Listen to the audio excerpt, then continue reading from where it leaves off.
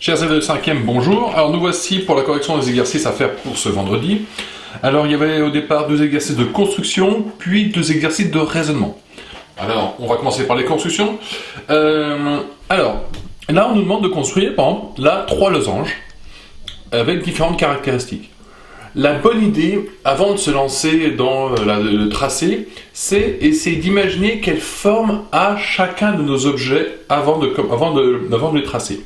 Par exemple, tracer un losange ABCD. Losange ABCD. Et on nous dit BAD égale 50 degrés, donc BAD 50 degrés, donc je dois avoir 50 degrés ici, et AB égale 4 cm. Voilà. On peut difficilement se lancer dans le tracé sans avoir au préalable un petit peu imaginé cette figure. Donc, au départ, c'est la figure la plus simple, mais petit à petit, on va commencer d'aller vers des trucs un peu plus compliqués. Donc, il serait bon que vous compreniez qu'il faille d'abord faire une figure à main levée pour nous donner un peu les caractéristiques que l'on a. Alors, on est parti. 4 cm, 52. Bon. Alors, je vais commencer par faire un trait de 4 cm. Et puis ensuite, 50 degrés. Donc 50 degrés, n'oubliez pas que j'utilise mon rapporteur. Et dans mon rapporteur, donc là j'ai décidé de mettre le A ici et le B au-dessus, comme j'ai fait sur ma figure à main levée. Ensuite, mon rapporteur, il a un centre. Il est ici, il y a une croix, hein, exactement sur la ligne qui relie 0 et 180 et une qui relie 90. Donc le centre du rapporteur va sur le sommet et j'aligne avec le 0. Donc maintenant je vais chercher 50 degrés. Alors je regarde bien, j'ai aligné ici. Donc je regarde qui est le 0. Le 0, moi il est sur l'extérieur. Donc je compte 50 degrés, je vais utiliser les gradations de l'extérieur. 50 degrés, il est donc ici. Hein, si jamais le 0 avait été à l'intérieur, j'aurais utilisé les gradations de l'intérieur. Bon, et bien après, je sais donc que c'est dans cette direction-là. Il me faut également 4 cm, puisque on a quand même un losange, donc un losange, c'est 4 cm. Et là, comment fais-je? Qu'est-ce que je peux faire pour continuer? On a bien l'idée que ça va être de l'autre côté. Bon, et c'est exactement ça ce qu'on va faire. Donc si on est exactement de l'autre côté, hein, c'est un losange, donc il y a un axe de symétrie. Et à ce moment-là, je vais utiliser cette idée d'axe de symétrie et je vais commencer par le tracer à la rigueur si on veut. Alors l'axe de symétrie, ce sont les diagonales. Hein. Hop. Voilà. Donc je peux imaginer faire mon axe de symétrie ou plus simplement, parce que c'est quand même ça le but. Hein. Enfin, c'est-à-dire que là j'ai 4 cm, je vais avoir 4 cm, 4 cm. Comment trouver sur mes 4 cm? Et il nous suffit de faire d'utiliser compas. Donc là j'ai mes 4 cm ici. Je sais que je vais les reporter de l'autre côté. Et enfin j'ai mes 4 cm que je vais aussi reporter de l'autre côté. Essayons d'être précis. Paf! Et voici mon losange. Alors, le diagonale que j'ai tracé, c'était juste pour expliquer l'histoire de l'axe de symétrie. Hein. Vous allez voir parce que ça peut être important pour ce qu'on va faire tout à l'heure. Et voilà donc mon losange qui fait bien mes 50 degrés ici et mes 4 cm là. Passons au deuxième. Tracer un losange EFGH. Donc je vais faire la même chose, hein. EFGH. Hein. Je sais que ma figure est fausse, c'est pas grave. C'est juste pour me repérer. EFGH avec EG égale 7 cm. Ah, 7 cm c'est la diagonale donc. Et FH égale 4 cm. Bon, alors comment je vais pouvoir bien tracer ça? N'oubliez pas que dans un losange, les diagonales sont perpendiculaires et se coupent en leur milieu. Donc en fait, c'était le tracé peut-être le plus rapide à faire. Pourquoi? Parce que j'ai besoin de faire au départ un trait de 7 cm, donc qui va être ma première diagonale. Voilà. J'ai mon trait de 7 cm. Je sais qu'au milieu, ici, hein, à 3,5 cm, ils vont se croiser donc au milieu. Et après, j'ai un autre côté, donc bien perpendiculaire. et à de 4 cm, donc 2 cm d'un côté, 2 cm de l'autre. Voici, donc qu'est-ce que j'ai fait? Je me suis débrouillé pour prendre le milieu. Là ça fait 7 cm, là ça fait 4 cm. Et puis après, il suffit juste de relier les points, hein. Et puis j'ai un angle droit là. E, F, G, H, et je relie. Et voici donc mon objet qui est un losange, qui a bien une caractéristique que je veux. Je rappelle qu'un losange, il suffit d'avoir les diagonales qui se coupent en leur milieu et perpendiculaires, et vous avez un losange. Alors voilà notre losange E, F, G, H. Et pour finir, tracer un losange IJKL. Donc comptez IJ mesure 5 cm et la diagonale IK 8 cm. Alors la bonne idée c'est de se dire que vu que c'est un losange, j'ai 5 cm là, j'ai 5 cm là. Donc du coup après j'ai 5 cm, 5 cm. Et en fait c'est assez simple, hein. C'est comme quand on trace un triangle. Je mets 8, 5, 5. Bon, on est parti, hein. Je commence à faire mes 8 cm dans un sens.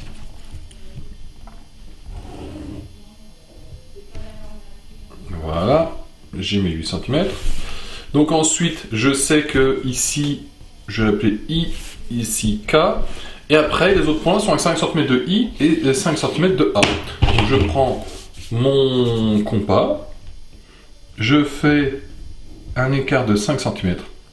Voilà. Alors oui, mon compas est un petit peu cassé, j'ai perdu mon bout, c'est pas grave, ne vous inquiétez pas, j'ai mis un clou à la place. Et donc du coup, hop, on est parti. Donc j'ai montré quelque chose comme ça, donc j'ai un écart de 5 cm. Et puis ici 5 cm, et ici 5 cm. Et voici mes deux autres points. Donc j'ai bien un losange puisque tous mes côtés sont égaux, ils font bien tous 5 cm. Et j'ai bien ma diagonale qui fait 8 cm.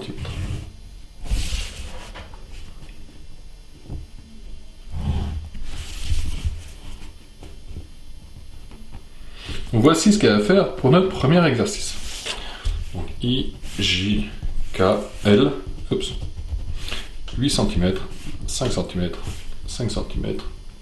Bon, je rajoute un 5 cm, 5 cm. Voici mon premier exercice. Le deuxième exercice est également un exercice de construction. Bon, ce coup-ci, ce sont des rectangles. Alors, n'oublie pas que les rectangles, alors, ok, il a les côtés opposés parallèles, ok, il a les angles droits, tout ça, c'est plutôt que vous connaissez. Mais ce qui est important pour nous, c'est aussi que les diagonales sont de même longueur et se coupent en leur milieu. Si vous avez un quadrilatère qui a ses diagonales qui se coupent en leur milieu et sont de même longueur, c'est un rectangle.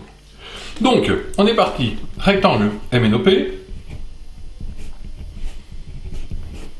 avec MPN, donc MPN ici, 50 degrés, et puis MP 5 cm. Voilà ce que j'ai. Bon, bah, on est parti, hein. On va commencer par tracer en gros ce côté-là, l'angle, puis on va voir ce qui va se passer. Donc, j'ai dit que je commençais par faire 5 cm, comme ceci. Ensuite, donc j'ai appelé P, je vais appeler M. Ensuite, j'ai 50 degrés, donc toujours pareil, hein, je mets sur mon sommet que je souhaite. J'ai regardé ces gradations de l'extérieur encore, donc je prends encore les gradations de l'extérieur. Donc je sais que mon point, il est dans cette direction-là. Maintenant que j'ai ça, donc j'ai bien mes 50 degrés, j'ai bien mes 5 cm. Qu'est-ce que je sens en plus? C'est que c'est un rectangle. Autrement dit, un rectangle, il a ses côtés perpendiculaires. Donc, s'il a ses côtés perpendiculaires, ici, j'ai un angle droit. Donc, si j'ai un angle droit, et ben, on va chercher un angle droit. Et du coup, ben, on n'a plus trop le choix pour mon dernier point. Enfin, pour mon dernier point, pour le point d'après. C'est précis. Ok. Voilà, j'ai bien l'angle droit, j'ai bien mes 50 degrés, donc mon point est ici. Donc ici c'est N. Donc après on fait la même chose, plus qu'à faire le même côté, de faire la suite avec des angles droits, et on a gagné. Tac.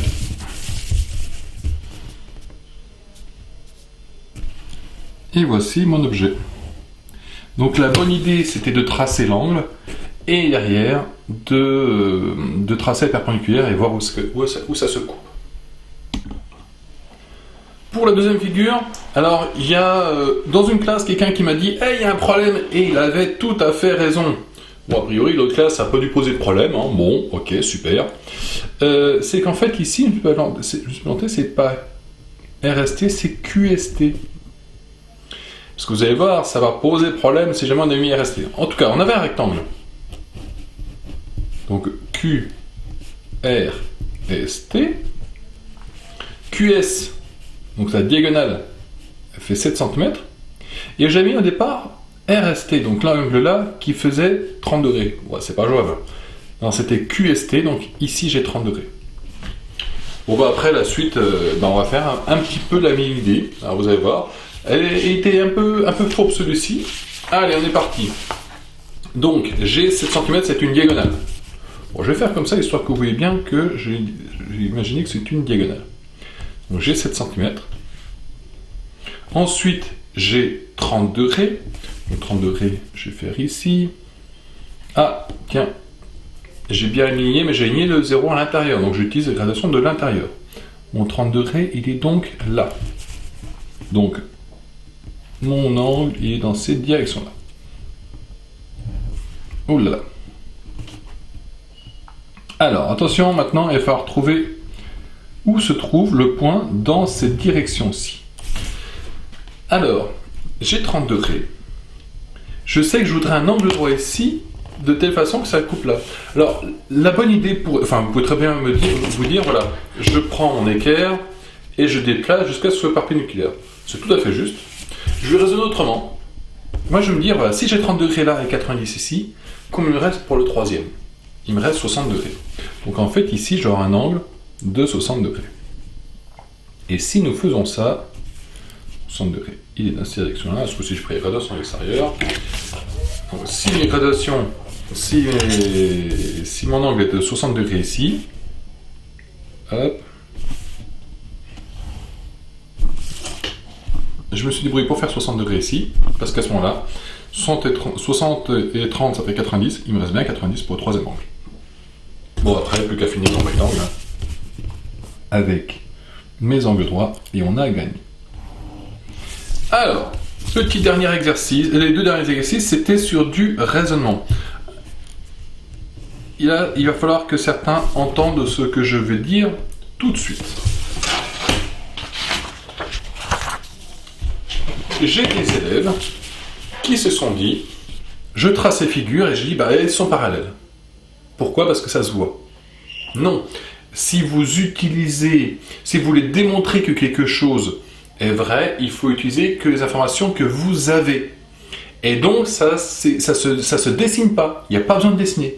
On peut même faire une figure à main levée, c'est la même façon. On ne lit pas sur une figure. Alors, qu'est-ce qu'on sait? Les quadrilatères ABCD et DEFG sont des losanges. Ok, donc j'ai deux losanges. Démontre que les droites AC et GE sont parallèles. Donc on a envie de dire que ça, on veut montrer que plutôt C-ci et C-ci sont parallèles. Alors on nous dit que aussi là elles sont alignées, B, D, F sont alignées. Et vous allez voir, ça va avoir son importance. Qu'est-ce que je sais d'un losange? Un losange, il a ses diagonales perpendiculaires. Donc ici, j'ai un angle droit, j'ai un angle droit. Et ça, je le sais, puisque ce sont des losanges, donc les diagonales sont perpendiculaires. Ensuite, ici, elles sont alignées. Les trois points sont alignés. Qu'est-ce que j'en conclus? Je suis dans le cas où j'ai deux droites, AC et GE, qui sont perpendiculaires à une même droite, la droite BF. Autrement dit, si vous vous souvenez de ce que vous avez fait en 6e, vous avez appris que si deux droites sont perpendiculaires à une même droite, alors elles sont parallèles. Ces deux droites-là, AC et GE, sont toutes les deux perpendiculaires à la même droite BF, donc elles sont parallèles. Ce raisonnement-là, il s'écrit, il faut d'abord dire que ce sont des losanges. Comme ce sont des losanges, ils ont les diagonales perpendiculaires. Ensuite, les diagonales AC et GE sont toutes les deux perpendiculaires à la même droite parce que BDF sont alignés.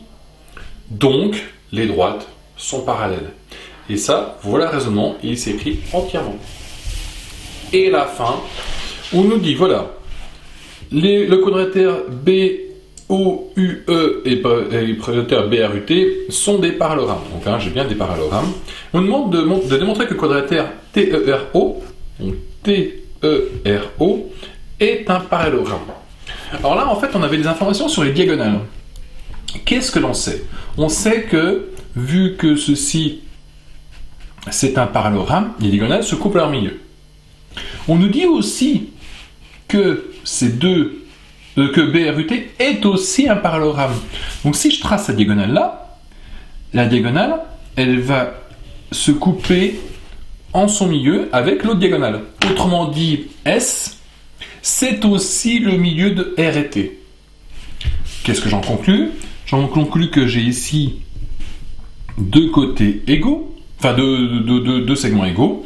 Donc maintenant, si je regarde le triangle, le quadrilatère TERO, TERO, c'est bien un quadrilatère qui a ses diagonales qui se coupent en leur milieu. S'il y a ces diagonales qui se coupent en leur milieu, c'est un parallélogramme. Voilà. Bon bah écoutez, maintenant on va s'intéresser un petit peu aux différentes implications. Qu'est-ce qu'un parallélogramme? Qu'est-ce qu'un losange? Qu'est-ce qu'un carré? Tout ça. Et comment les uns sont imbriqués dans les autres. On va faire la boîte de nuit des quadrilatères. A tout de suite!